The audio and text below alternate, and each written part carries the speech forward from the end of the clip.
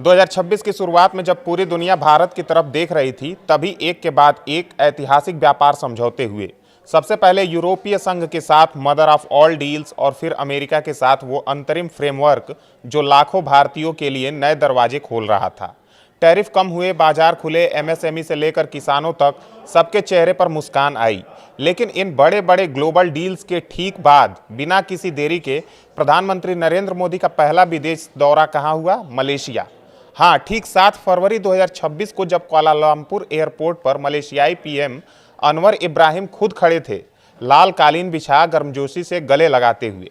यह कोई सामान्य स्वागत नहीं था, यह एक संकेत था। दुनिया भर में सवाल उठने लगे, इतने बड़े पश्चिमी समझौतों के तुरंत बाद पूर्वी दक्षिण और दक्षिण एशिया की ओर आखिर क्यों? क्या यह महज एक यात्रा थी या भारत की कोई सोची समझी चाल? क्या पीएम यह दिखाना चाहते थे कि भारत अब सिर्फ अमेरिका या यूरोप का नहीं बल्कि पूरे एशिया का विश्वसनीय साथी बन चुका है? क्या मलेशिया के सेमीकंडक्टर हब, डिफेंस डील्स और इंडो पैसिफिक में चीन के बढ़ते दबाव के बीच यह यात्रा एक संतुलन बनाने का मास्टर स्ट्रोक है, या फिर इसके पीछे कुछ और गहरा राज है, जैसे कि ट्रस्ट को भारत की सबसे मजबूत मुद्रा बनाने का संदेश जो पीएम मोदी ने खुद मलेशिया में दोहराया?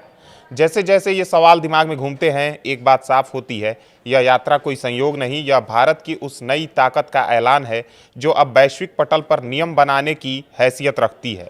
लेकिन असली कहानी क्या है? आइए देखते हैं। इन बड़े व्यापार समझौते के तुरंत बाद मलेशिया पहुंचने का फैसला कितना रणनीतिक और कितना रोमांचक था। नमस्कार, मैं ओमकार पांडे और स्वागत है आपका न्यूज 18 राजस्थान के डिजिटल प्लेटफॉर्म पे।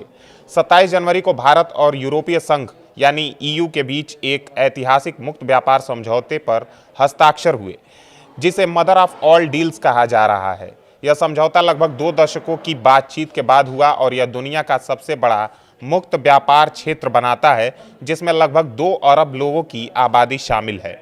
समझौते के तहत भारत ईयू के 96.6% निर्यातों पर टैरिफ कम करेगा या खत्म करेगा, जबकि ईयू भारत के निर्यातों पर भी ऐसा ही करेगा। इसमें भारत के श्रम गहन क्षेत्र जैसे कि टेक्सटाइल, चमड़ा, जूते, चाय, कॉफ़ी, मसाले, खेल के सामान, खिलौने, रत्न और आभूषण को बड़ा फायदा मिलेगा। ईयू के साथ व्यापार 2024-25 में पहले से ही $136.5 बिलियन का था और यह समझौता इसे दोगुना करने का लक्ष्य रखता है। लेकिन यह सिर्फ व्यापार नहीं है, इसमें निवेश, सुरक्षा, भौगोलिक संकेतक जैसे कि जीआई और पारदर्शिता पर भी जोर है, जो भारतीय किसानों और एमएसएमई को सुरक्षा प्रदान करता है।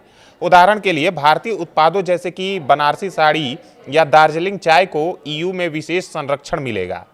फिर 6 फरवरी 2026 को भारत और अमेरिका ने एक अंतरिम व्यापार समझौते का फ्रेमवर्क जारी किया, जो $500 बिलियन का एक बड़ा पैकेज है। यह समझौता अमेरिकी राष्ट्रपति डोनाल्ड ट्रंप और पीएम मोदी के बीच 2025 में शुरू हुई द्विपक्षीय व्यापार समझौते यानी बीटीए वार्ताओं का हिस्सा है।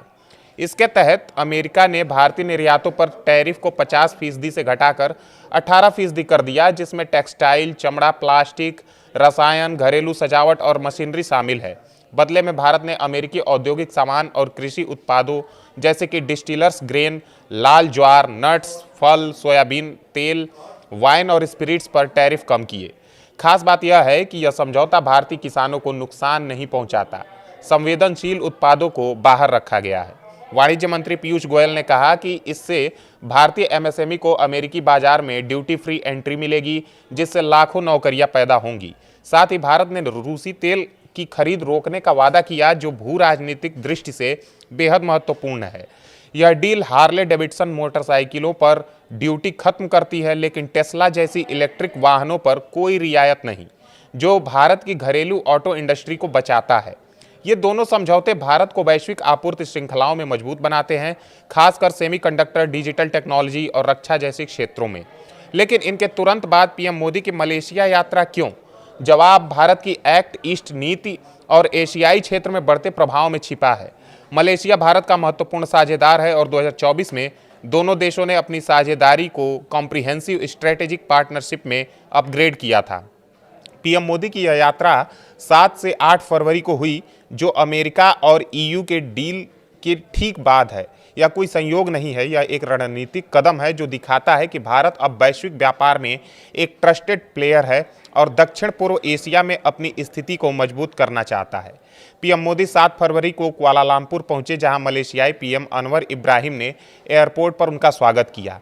यह एक दुर्लभ सम्मान था जो दोनों देशों के बीच गहरे संबंध को दर्शाता है। अगले दिन 8 फरवरी को पुत्रराजया में औपचारिक स्वागत हुआ, जिसमें गार्ड ऑफ ऑनर और द्विपक्षीय वार्ताएं शामिल थी। दोनों नेताओं ने व्यापार, निवेश, रक्षा, सुरक्षा, श्रम, पर्यटन, कनेक्टिविटी, कृषि और शिक्षा पर चर्चा की। कई एमओयू साइन हुए, जिनमें स्वास्थ्य, राष्ट्रीय सुरक्षा और श्रम सहयोग शामिल है। पीएम मोदी ने कहा कि मलेशिया उनकी 2026 की पहली विदेश यात्रा है और उन्होंने अनवर को पिछले साल आसियान समिट में न आने के लिए माफी मांगी। उन्होंने वादा किया कि दोनों देश आतंकवाद विरोध, खुफिया साझा और समुद्री सुरक्षा में सहयोग बढ़ाएंगे। साथ ही एआई, डिजिटल टेक्नोलॉजी, सेमीकंडक्टर, स्वास्थ्य और खाद्य सुरक्षा में साझेदारी को मजबूत किया जाएगा।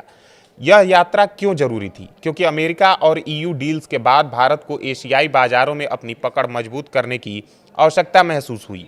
मलेशिया सेमीकंडक्टर और इलेक्ट्रॉनिक्स का हब है और भारत मेक इन इंडिया के तहत इन क्षेत्रों में निवेश चाहता है।